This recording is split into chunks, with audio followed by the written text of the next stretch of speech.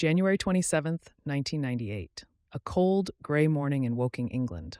Inside McLaren's headquarters, a team of engineers huddled around a car shrouded in secrecy.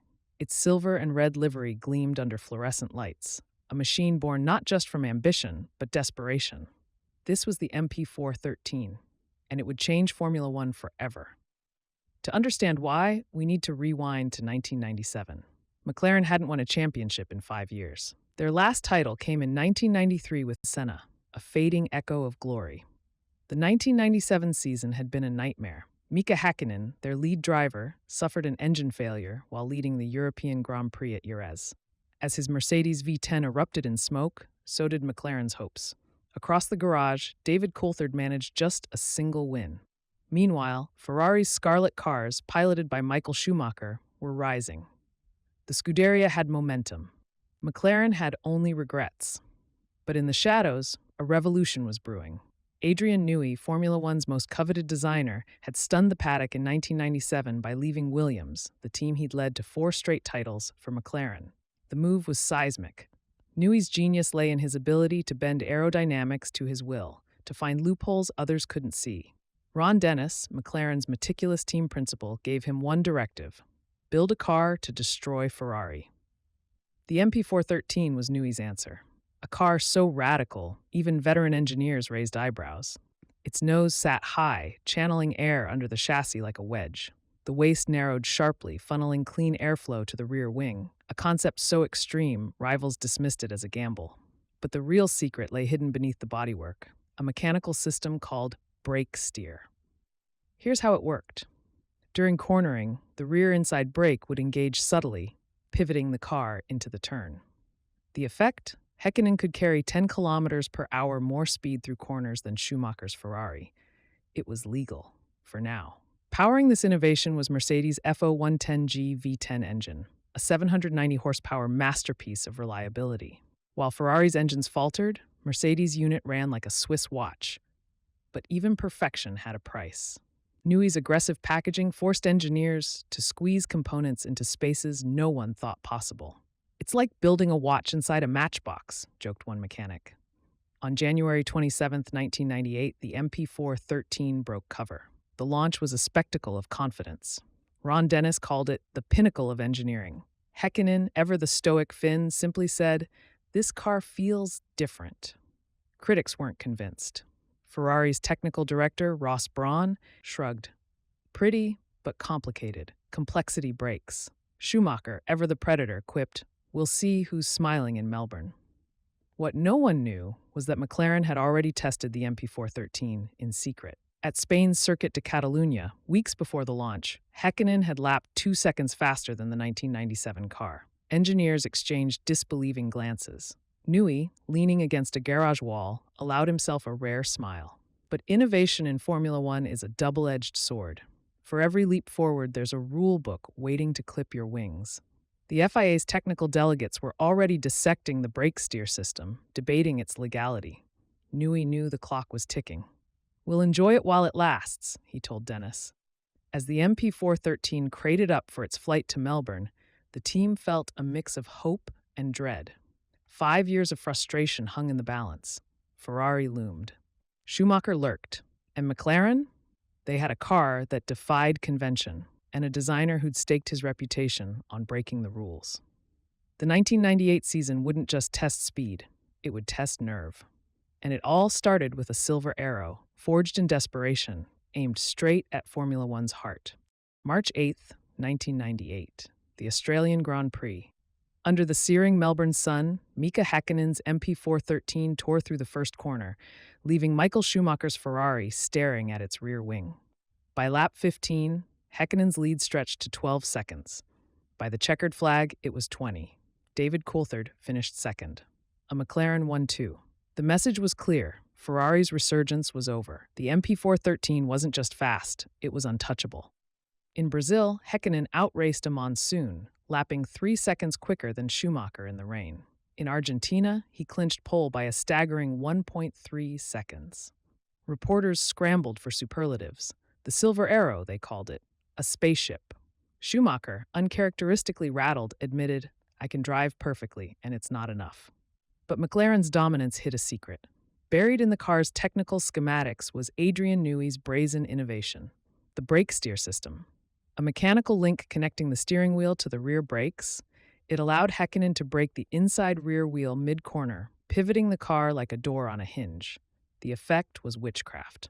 While rivals understeered wide, Häkkinen carved tighter lines, gaining meters with every turn. Ferrari's engineers weren't fooled. By Spain, they'd pieced together the truth. Ross Brawn, Ferrari's technical director, stormed into the FIA's offices with a dossier. It's a movable aerodynamic device, he argued. Ban it. The FIA agreed. On April 14th, 4 races into the season, brake steer was outlawed. McLaren had 10 days to dismantle their masterpiece. Ron Dennis was furious. Newey was unfazed. They've only banned the mechanism, he told the team, not the effect. Working through the night, McLaren's engineers rewired the car's electronic systems. Now, Häkkinen could manually trigger the rear brake via a button on his steering wheel, a loophole that kept 90% of brake steer's advantage. Genius is adapting, Newey quipped. Schumacher fumed. They're laughing at the rules. The FIA's ban only sharpened McLaren's edge.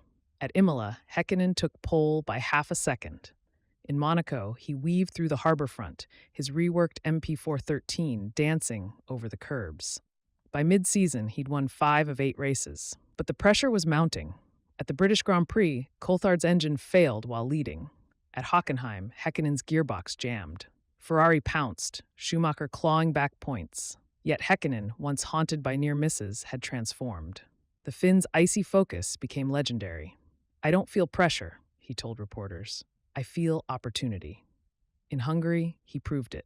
Trailing Schumacher by 12 points, Häkkinen qualified on pole, then executed a flawless one-stop strategy. He won by 9 seconds. Schumacher, stuck in traffic, finished 6th. The turning point came at Spa. Rain soaked the Ardennes forest, turning the track into a skating rink. Häkkinen, on dry tires, slithered off at Eau Rouge. Schumacher surged ahead, but as the rain eased, Häkkinen's gamble on intermediate tires paid off. He reeled in the Ferrari, passing Schumacher with a daring move up the Kemmel Straight. The German, caught off guard, spun into the gravel. Häkkinen's victory restored McLaren's lead.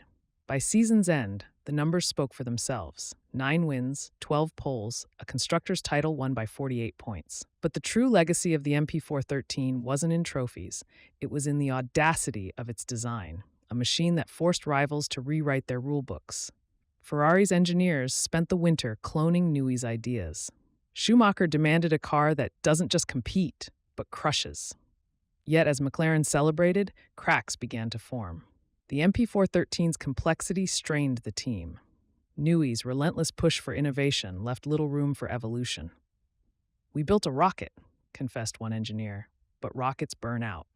In 1999, those cracks would shatter McLaren's dominance. But for now, in the winter of 1998, they stood unchallenged, kings of a revolution they'd started with a single silver arrow.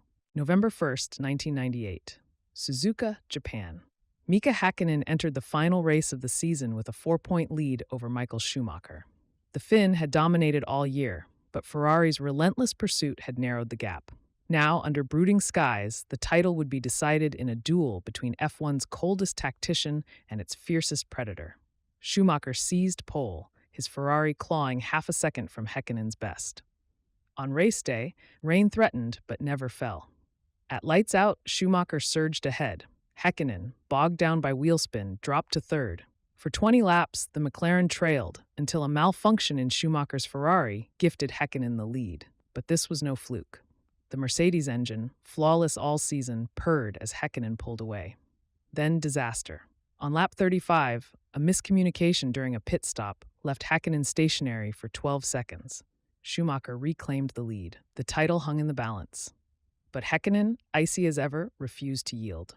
With 20 laps to go, he closed the gap. At turn 1, a sweeping right-hander taken at 190 miles per hour, he lunged around the outside of Schumacher, wheels inches from the gravel. The Ferrari driver, stunned, yielded. Häkkinen crossed the line first. The championship was his. The 1998 season ended with McLaren's name etched into history. 9 wins, 12 poles, both titles secured by a margin that mocked Ferrari's efforts. The MP413 wasn't just fast. It was a revolution.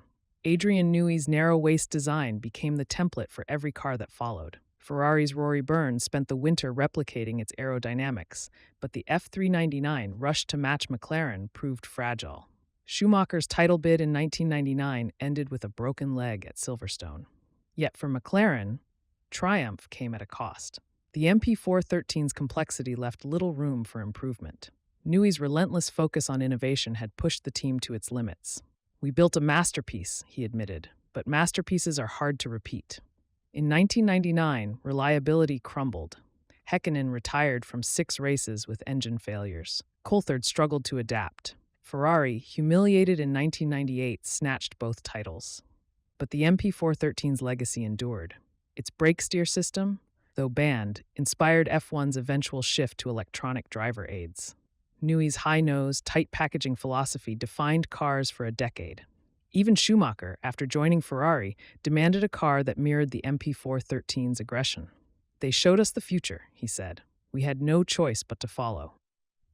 By 2000, the silver arrows were fading. Häkkinen won his second title, but the MP413's ghost lingered.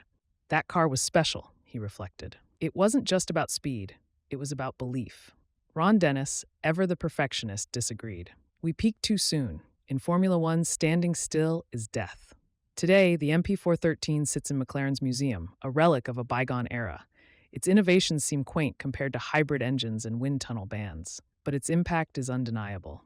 For one season, McLaren didn't just rewrite the rules, they defied them. They proved that genius, risk, and obsession could still conquer a sport increasingly ruled by budgets and bureaucracy. The MP413 wasn't just a car, it was a warning.